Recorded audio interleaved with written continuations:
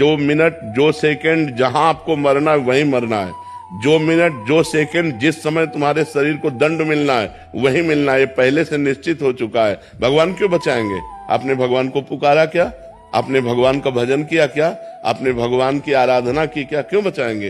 पूरे संसार को छूट दे रखी है। तुम चाहे पाप करो चाहे पुण्य करो, अपने कर्म का फल भोगो या भजन करके भगवान को प्राप्त कर लो, पूरी स्वतंत्रता दे रखी है। अब जो कर्म करोगे वैसा दंड आपको भोगना पड़ेगा। अच्छे कर्म करोगे अच्छा फल मिलेगा, बुरे कर्म करोगे बुरा फल मिलेगा। भगवान को भजो और भगवान की शरण में हो जाओ, फिर भगवान जिम्मेदारी ले लेते हैं। देखो भगवान बहुत बड़े हैं, बहुत गंभीर हैं, अगाध समुद्र हैं। आपको आपका जीवन दे दिया, आपको बुद्धि दे दी, आपको कर्म क्षेत्र दे दिया। अब आप क्या कर्म करते हैं आपके ऊपर है। जैसे बाप ने आपको बीज दे दिए 50 प्रकार के और खेती दे दी, अब आप बम्बूल बोओगे तो दाग छुआरा थोड़ी खाओगे। आप बम्बूल बोओगे तो कांटे ही लगेंगे आपको।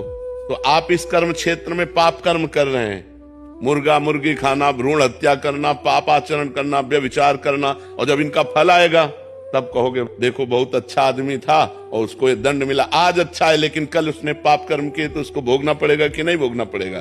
तुम कल को नहीं जानते हो, भगवान कल को भी जानते हो, आगे आने वाले कल को भी जानते हो, वर्तमान को भी जानते हैं। तो इसलिए जो हो रहा है वो अवश्य होगा, जो नहीं होना है वो कदापि नहीं होगा। हम अपने आचरणों को सुधारें, आगे हमारा जो समय आने वाला है वो मंगलमय हो जाएगा। यदि हम आज भजन करेंगे, आज पापाचरण त्याग कर देंगे तो कल हमारा बहुत अच्छा रहेगा। और अगर हम भगवान से नहीं जुड़ेंगे, पापाचरण करेंगे तो आज भी दुखमय है और कल और दुखमय होगा। ये पक्की बात समझ लो।